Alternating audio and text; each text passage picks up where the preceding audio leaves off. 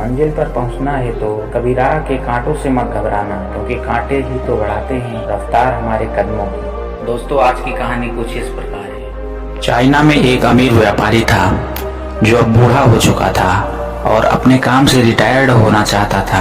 इसलिए उसने अपने तीनों बेटों से कहा, मैं तुम तीनों में से अपना व्यापार उसे दूंगा जो भी इस इम्तिहान को पास करेगा। बूढ़े व्यापारी ने अपने तीनों बेटों को 100 रुपए दिए और उनको कहा कि इन पैसों से कोई ऐसी चीज खरीद कर लाओ कि जिससे एक बड़ा खाली कमरा भर जाए।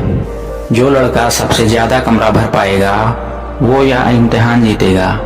पहला लड़का गया और एक बड़ा पाठों से भरा पेड़ खरीद लाया और उसने उसे कटवाया और कमरे में घसीट लाया, पर कमरा आधा ही भर पाया।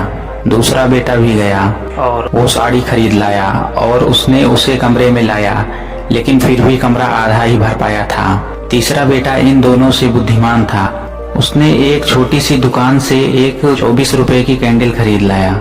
शाम को अंधेरा होने के बाद उसने अपने पिता को उस खाली कमरे में बुलाया और उसने रूम के बीच में ही उस कैंडल को फर्श पर रखी और उस कैंडल को जलाई। 1 मिनट बाद उसने अपने पिताजी की ओर देखा और कहा कि पिताजी, क्या आप इस रूम का कोई भी कोना देख सकते हैं जहां पर इस छोटी सी कैंडल का प्रकाश न पहुंचा हो। और उस छोटे बेटे ने अपने पिताजी का सारा बिजनेस जीत लिया।